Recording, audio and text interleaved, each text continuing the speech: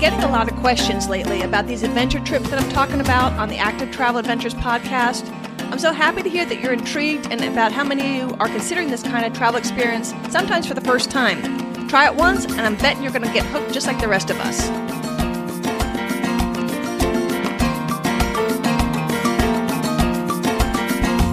This is Kit Parks, and I'm your host of the Active Travel Adventures podcast. Today I'm going to answer the FAQs, the frequently asked questions that I've been hearing from you guys. I know I'm not supposed to be releasing an episode until next Thursday, but I thought it was important to answer some of these questions as soon as possible because they keep coming up, so I thought I'd put out this little bonus episode. So here we go. The question I hear the most: I've never gone on an adventure vacation before. How do I even know I can do it? Each adventure on the podcast has a difficulty rating from 1 through 5. Most of the adventures we discuss are going to be a 3 with the occasional 2 and 4 thrown in there. So here's the scale. Rating number 1, that's like you're sitting on the bus tour where you're basically a slug. ATA doesn't cover these kinds of trips at all. Number 2, this is a very gentle pace with a little bit of elevation gain on a hike or trail, not any overly arduous days. And if you exercise at all regularly, you can do these trips with no problem. These trips will usually also be labeled family friendly on the travel planning cheat sheets that you can get with each episode, so all ages can do them. I mean, not talking toddlers, but a kid 10 years old can do the things that I have as a ranking of it too. Often the day's activities don't take more than a few hours or half a day to get to the next destination, so you generally have plenty of time to do some side trips. Level 3 is usually a bit more difficulty because of the time you're spending out doing the activity. It may be an all-day thing. Hikes may have 10 to 15 miles, which is like 16 to 24 kilometers, and occasionally you're going to have a longer day, or it'll be a shorter mileage but a more difficult day. Cycle trips could be over 50 miles or 80 kilometers, and there may be times of somewhat difficult ascents or descents, but it won't be the whole trip. It'll be portions or sections. If you've got good cardio and you do some pre-trip training, you're going to be just fine. You're going to be tired at the end of the day, and your feet or other body parts are going to be sore and tired, but by the next morning, you'll be raring to go all over again. A rating number 4, we're starting to get where it's difficult. These days are going to be long and the trails are challenging. There are going to be some difficult ascents and descents, and you're going to need to train for these trips or you're not going to have a good time. And rating number 5, these are uber hard. ATA is not going to explore these kinds of trips at all. So basically, we're going to be in the 3 range. I'll include the 2s and 4s when a location is so exceptionally stunning that I want to make sure you consider it, even if they might be a little easier or harder than you'd like. But most of our adventures are going to be in the 3 range. If you're uncertain about what you can do, just start with a level 2. Every vacation we cover are all epic adventures, so you're going to have a great time no matter what. You just won't be as tired at the end of the day, and you can kind of gauge your abilities a little bit more and get your confidence up. To get a better idea, just look at the daily itinerary, and remember, you've got all day to get to your next stop. Think about it this way. At home on my flat streets, I walk about 3.5 to 4 miles an hour, depending on how hard I feel like walking that day. On a trail, I may slow that down to 1.5 to 3 miles per hour, depending on the terrain. So if I have a 10-mile day without any stops or diversions, I can hike it in 3.5 to 6.5 hours. If I've got a leisurely breakfast and I get on the trail by 9, I've got more than enough time for a nice lunch. I can stroll in long before cocktail hour. On average, a level 2 day, you'll probably be at your destination in the middle of the afternoon. At a level 3, you'll get there before 5 or 6, if not earlier. So here's a tip.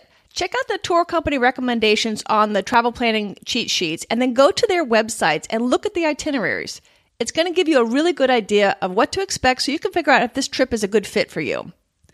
And if you haven't seen a picture of me, I'm certainly no gym rat. In fact, I don't even go to a gym.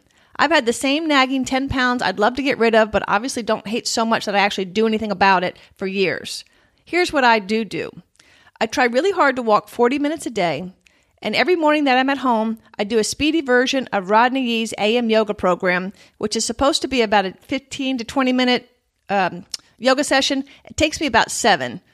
So I don't use the tape anymore. I just have done it for 20 years, so I just know how to do it, and I speed it up much more that I'm not getting the yoga effects anymore, I'm sure. But I do get to stretch out the body.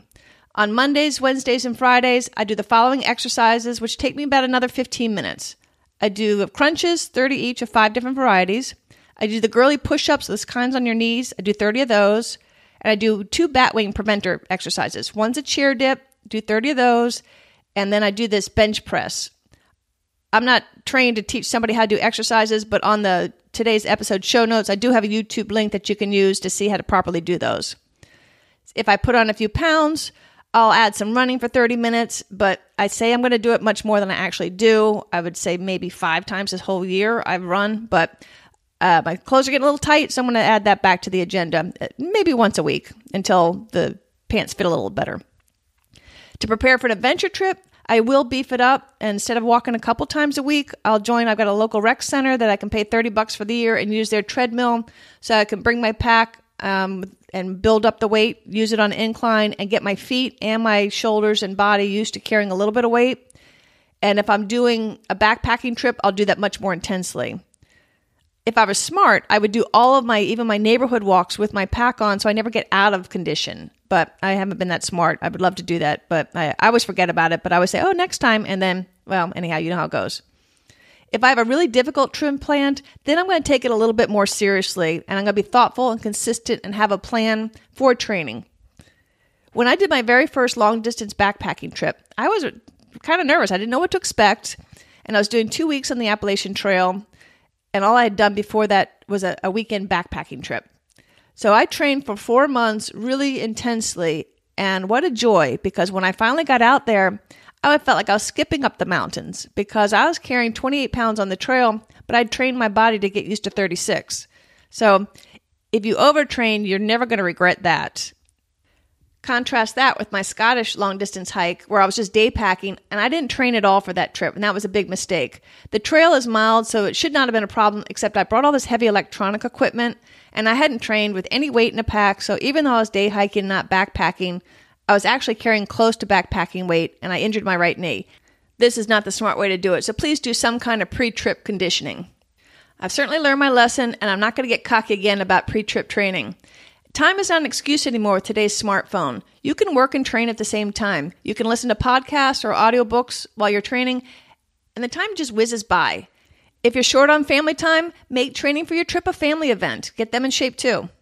I don't know about you, but somehow I always find the time to do the things I really want to do, but I'm just too busy to do the things I don't want to do. So to me, I just need to decide what's important to me and schedule my day accordingly. The next question I hear is some confusion about the different ways to plan an adventure tour. There's basically 4 main ways. Number 1, you plan and book everything yourself. The travel planners I have are a great super resource for that. Number 2, it's a self-guided tour that you're using a tour company. You follow a pre-planned tour where the chosen company makes all the arrangements for you. They provide you with maps, information, often luggage transfer services, so you don't even have to carry much weight during the day. And they're also good as an emergency contact in case something does go wrong. They're generally very economical and can save you a ton of time and often a lot of money, as they're often using lodging that you can't find on the internet, little pensions or B&Bs. They also know about issues on the ground and can circumvent them for you. For example, a major stop on the West Highland Way had only one inn, but it was closed for renovations. My tour company arranged for a shuttle to pick me up and took me to a lovely town 10 miles away, and then in the morning shuttled me back to my previous endpoint so I could continue my hike. How long do you think it would have taken me to figure out, A, that there was a problem at the King's house, and B, how would I have managed to do that unless I was backpacking and I was day packing? So this company gives you all the itinerary, the maps, the instructions, the packing info, but you do the trip yourself without a guide coming along with you on the trip. A cool thing is sometimes you can customize these trips since you're not going with a group. So you can add, if there's a town that you want to stay in an extra day or two, you can do that. You can add days to the beginning and end. So there's a little bit of flexibility when you're doing a self-guided tour. The third type is the same or a similar trip, but now you have a private guide that comes with you. You're in a small group with people from around the world, unless you're booking the whole group yourself. The beauty of this kind of trip is it not only reduces the risks of any complications, but whenever there's a problem, it's the guide's problem, usually not yours, to fix it. And they have the local knowledge in order to do so in a timely basis. However, there's a trade-off. I found that in solving the problems, that's where I'm getting some of my most fun stories and memories, albeit sometimes it's a little bit later. Because you spend a lot of time with them, it's also easier to get to know more deeply your fellow travelers from around the world. This is a great option if you want a bit more hand-holding until you get comfortable adventure traveling on your own, or if traveling in foreign countries makes you uncomfortable. A major benefit is that you get to ask the guide all sorts of questions about the country that a foreigner just wouldn't know. So you get the cultural exchange out of it as well. This is obviously going to be a little bit more pricey. I did it this way in China, and the guide was such an important part of my experience that I don't believe I would have gotten near as much out of that trip without his knowledge and his interpretation of what I was seeing. On a guided tour, you cannot customize anything because the whole group has got to have the same itinerary because you move and flow together. The fourth way, if you've got a sizable group or plenty of money, is the final option, and that's to do a completely custom trip.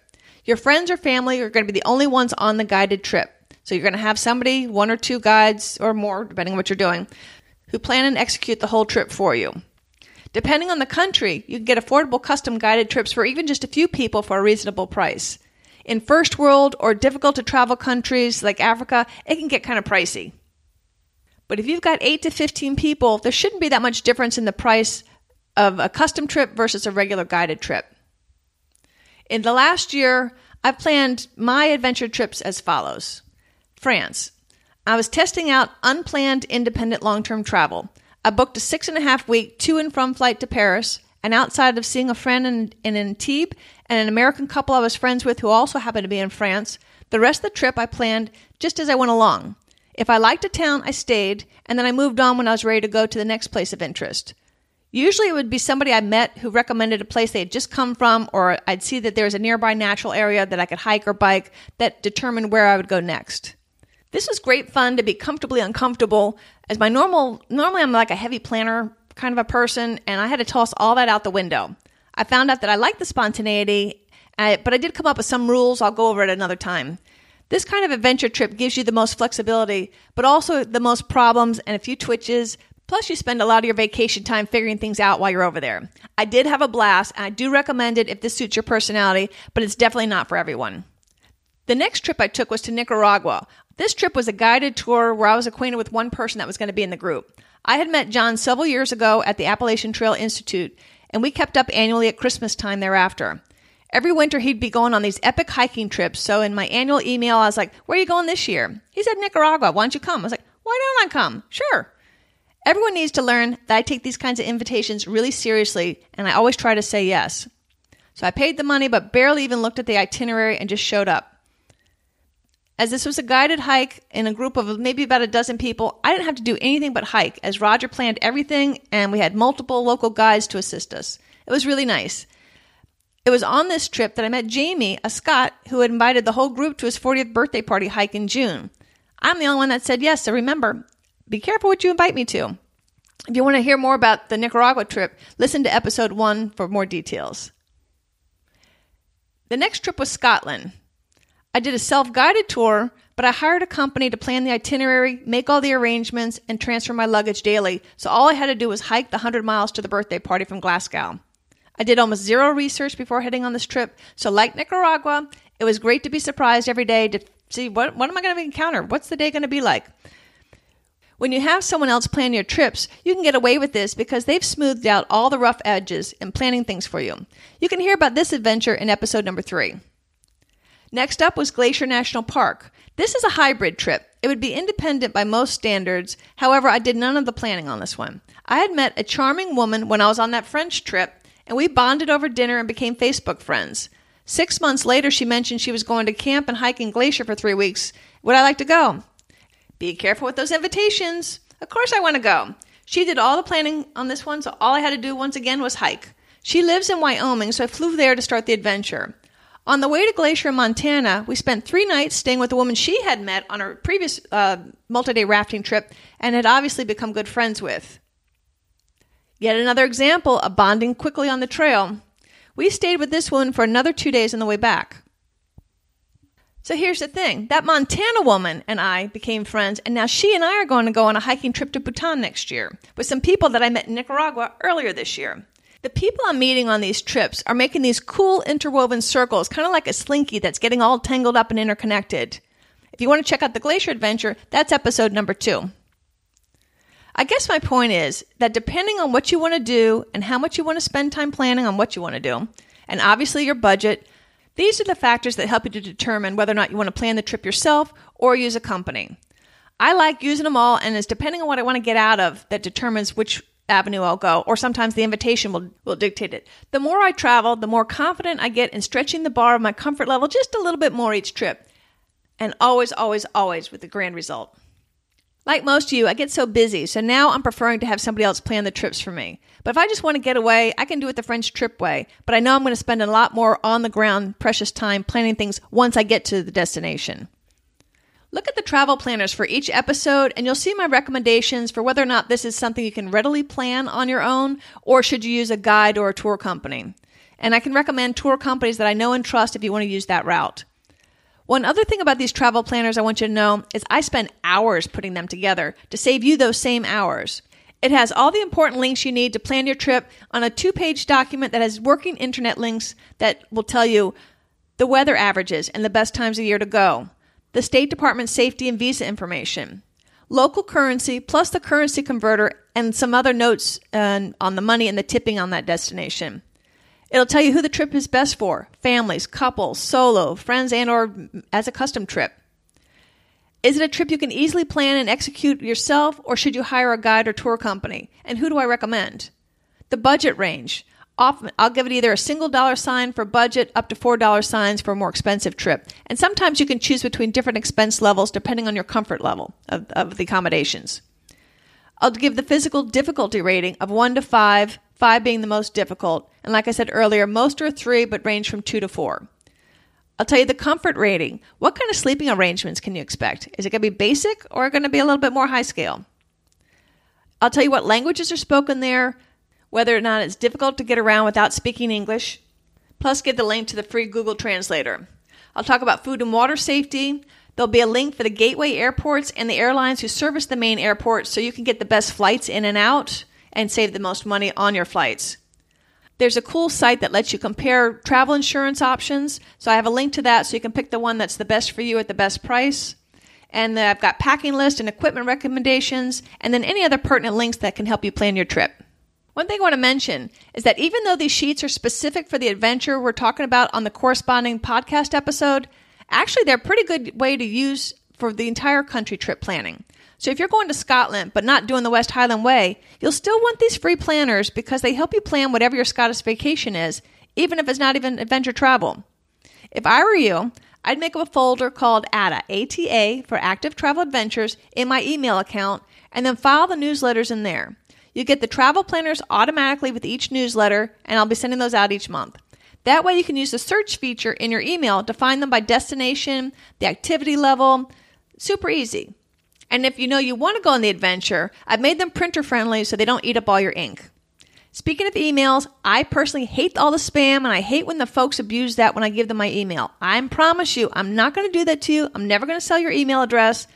In this newsletter, I'll just include the travel planners, any updates or corrections to the podcast, and some travel tips and deals that are not on the podcast or on the website. I hope to make it super helpful for you, not a nuisance. Another question I get: why do people even do these kinds of trips? I just don't get it. I've been recording some roundup interviews that I'll be releasing soon where I ask that very question. On your limited time off, why on earth would you go do something for multiple days where at the end of the day you're physically beat, your feet are sore, your back hurts, and you're seriously sweaty and dirty when you could be sitting out on a chaise lounge on the beach enjoying an umbrella drink? For me, it's the personal challenge. I've never been in a situation where I felt like I was so stretched to my limits that I wasn't sure I could endure, but I've been really, really tired, even beyond tired, where my feet were screaming after a day of hiking. In Scotland, on my hardest day, I thought that endpoint at the Dryman's Inn would never show up. The next day, while my knee wasn't fine, my new hiking partner didn't even realize that I had a knee issue. In Nicaragua, I hadn't had a decent bath in days, and the wind was blowing my hair in such a tangle, I couldn't even get a comb through it. I looked pitiful. And that's going to be this week's glamour shot on my website. I don't look very happy in it, but the looks are deceiving. It's one of my favorite photos, and I look positively awful. When this photo was taken, I was just simply pooped and filthy, but happy. There were times in the White Mountains of New Hampshire I thought I'd never want to see a rock again, but now I'm planning to go back next year. Sometimes, in the moment, under the physical stress, you grumble, but surviving, no, that's too strong of a word, enduring and overcoming those obstacles gives your self-esteem a lift like few other things can. You're able to give yourself the proverbial pat on the back. Well done, Kit. And the stories. You get to relive your adventures for the rest of your life. Compare that to the pretty outfit or the fancy new car that after a while you don't even care or appreciate anymore. But with travel, and particularly with adventure travel, you get to remember and appreciate your experiences forever. Perhaps even more so as your body slows down and you wistfully remember when. I hear repeatedly too from this roundup questions about meeting the fellow travelers, that part of the fun is in exchanging your stories. A universal bonding agent, that and laughter. Another thing I hear from adventure travelers about why they like it is the not really knowing what's going to happen next. That uncertainty is something that most of us have very little of in our daily lives. Again, none of the trips on ATA are crazy or dangerous. They just get you out of your comfort zone just a little bit, which is a good thing. I think it's a positive and a growth-enhancing thing. There's also been some confusion about how I'm trying to deliver information to you. There's basically 4 ways. Number 1, this podcast. This podcast is to whet your appetite using just a small time commitment to see if this adventure is something you want to consider. I hope you find them informative, inspirational, and hopefully entertaining. You can listen to the podcast while driving, walking, or doing some mundane task. The second way is via the website.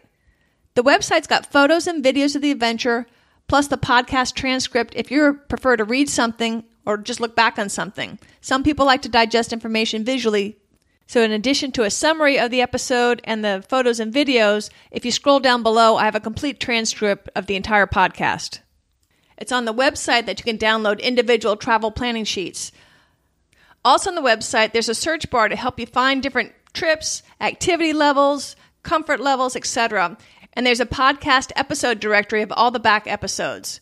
I've got a page where you can see how to listen to and subscribe to podcasts. You have subscribed to the ATA podcast, haven't you? You'll also find links to subscribe to the newsletter, find my social media handles, or contact me via email. I do love hearing from you by email with all of your comments and suggestions. And while I'm thinking about it, if ever you tag Active Travel Adventures on social, sometimes the name is a little long, can I suggest we also start using the hashtag ATA for Active Travel Adventures. So hashtag ATA, ATA. The third vehicle is the newsletter, which I went over. That's where you get the travel planners automatically each month.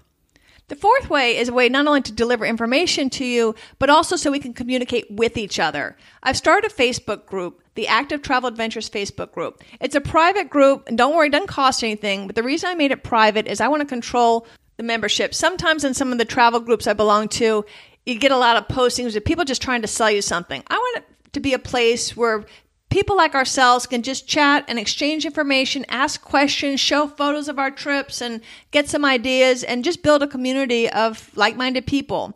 And by having it private, if I see somebody's abusing the privilege of being a member, I'll just get rid of them.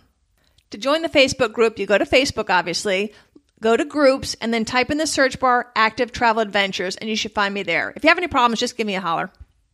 Got a little sidetracked there. I think I was starting with why people do adventure travel. Yes, it's the thrill and it's the challenge, but also it's the stories and the memories that are unlike traditional travel. There's also a bit of bragging rights that come with it.